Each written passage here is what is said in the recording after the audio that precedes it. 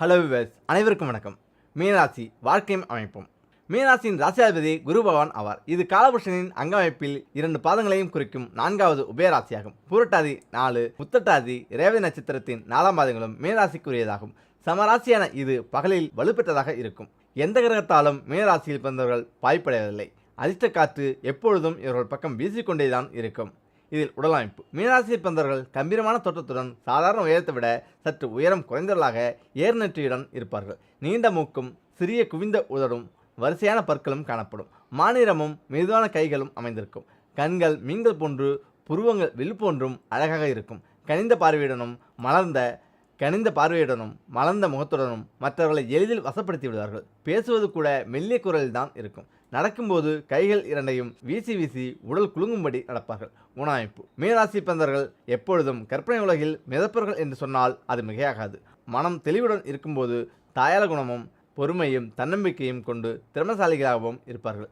மற்றவர்களின் சுகத்துக்கங்களையும் தம்முடைய சுகத்துக்கங்களாக நினைப்பார்கள். தன்னிடமுள்ள எந்த ரகசியத்தையும் மறக்க தெரியாது. சமைத்துக்கேற்ற போல மாறிவிடும் சுபாவம் கொண்டவர் ஆதலால் துர்ப்போதனைகளுக்கும் கெட்ட சகவாசங்களுக்கும் எளிதில் அடிமையாகிவிடுவார்கள். எவ்வளவு சீக்கிரத்தில் ஒருவரிடம் அன்பாக பழகிறார்களோ அவ்வளவு சீக்கிரத்தில் விலகிவிடவும் செய்வார்கள். பயந்த சுபாவம் கொண்டவர் ஆதலால் இவர்களை நம்பி எந்த காரியத்திலுமே இறங்க முடியாது. மீனராசிக்காரர்கள் தமக்குத்தாமே தீமை செய்து கொள்வதில் வல்லவர்கள். வீண் விவகாரங்களில் அடிக்கடி தலையிட்டு வம்பை விலை கொடுத்து வாங்குவார்கள்.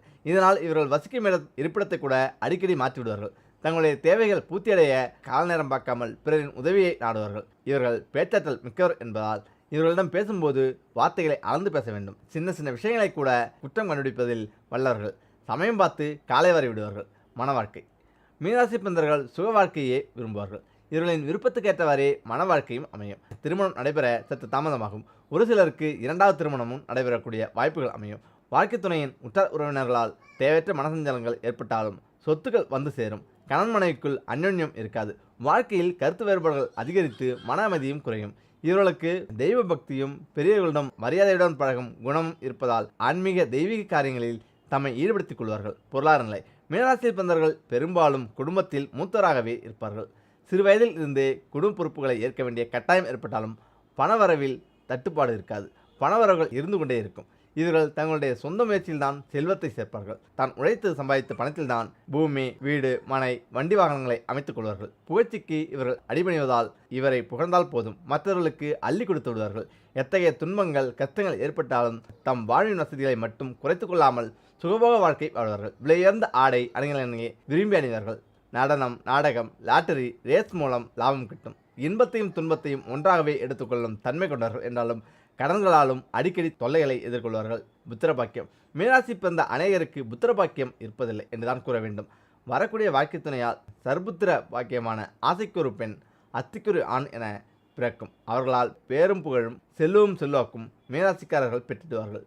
சிலர் பிள்ளையே பிறக்காத நிலையால் தத்து பிள்ளைகளை எடுத்து வளர்ப்பதும் உண்டு.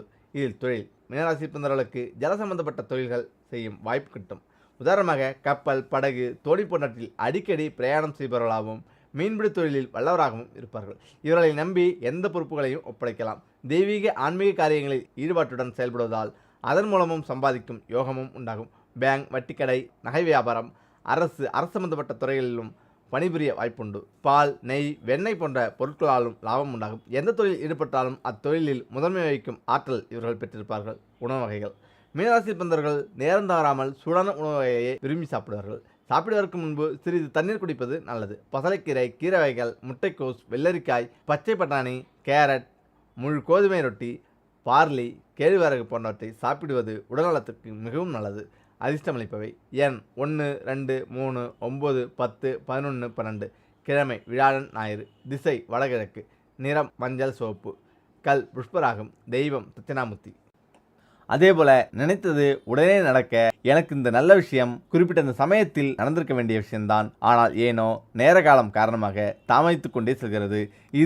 இந்த நல்லது நடந்துவிட்டால் போதும், எனக்கு மனது நிம்மதியாகிவிடும் என்ற பிரச்சனை நம்மில் எல்லோருக்கும் இருக்கும். இப்படி ஒவ்வொருவருக்கும் ஏதாவது ஒரு வகையில் ஏதோ ஒரு பிரச்சனை இருக்கத்தான் செய்கிறது.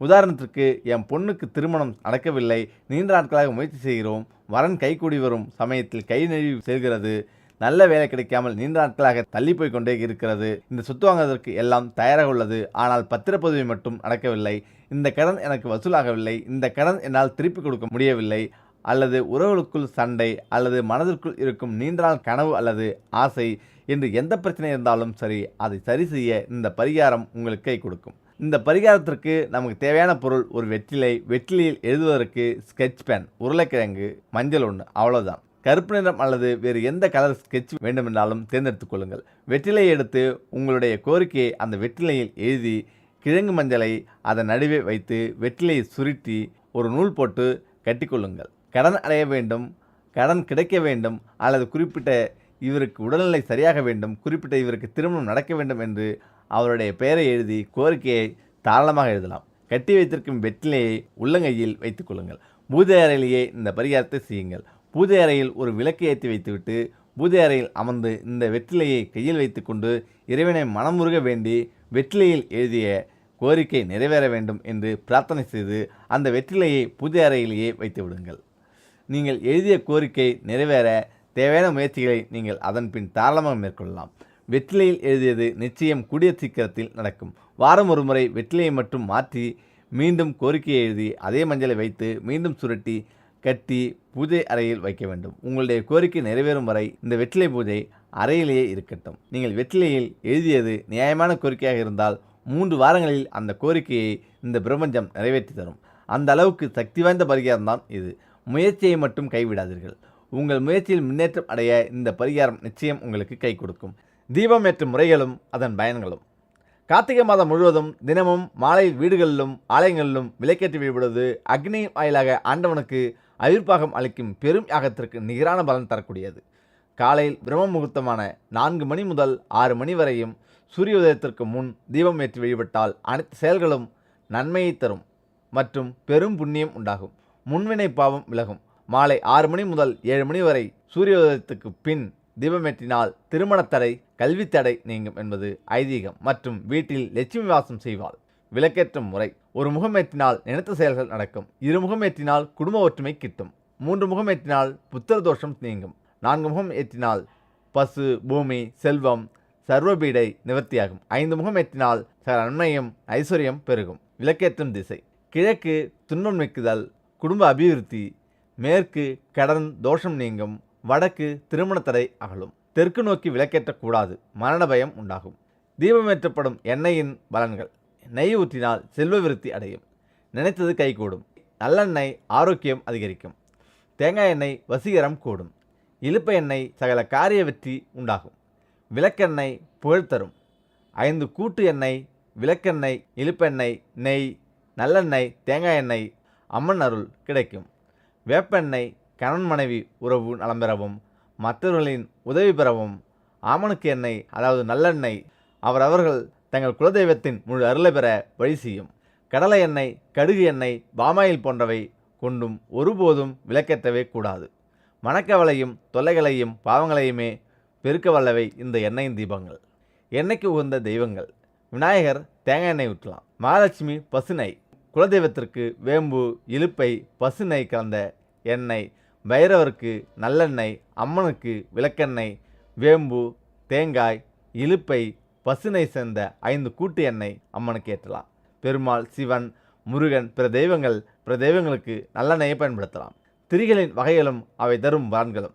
திரிகள் புதிதாகவும் கெட்டியானதாகவும் இருக்க வேண்டும். குத்துவிளக்குக்கு பயன்படுத்தும் திரிகளாலும் பயன்கள் மாறுபடும். பருத்தி பஞ்சு குடும்பம் சிறக்கும், நற்செயல்கள் நடக்கும். வாழைத்தண்டினார் முன்னோர் சாபம், தெய்வ குற்றங்கள் நீங்கி அமைதி உண்டாகும். தாமரைத்தண்டு நூல் முன்வினை பாவங்கள் நீங்கி நிலைத்த செல்வம் கிடைக்கும். வெள்ளை இறுக்கம் பட்டை செல்வம் பெருகும். புதிய மஞ்சள் துணி நோய்கள் குணமாகும். புதிய சிவப்பு வண்ண துணி குழந்தையின்மை தொடர்பாக தோஷம் நீங்கும். புதிய வெள்ளை துணி திரி அனைத்து நல்ல பலன்களும் கிடைக்கும். முக்கியமாக துணியின் மீது பன்னீர் தெளித்து காய வைத்து பின்பு திரியாக்கி விளக்கேற்றுவது மிகவும் நல்லது.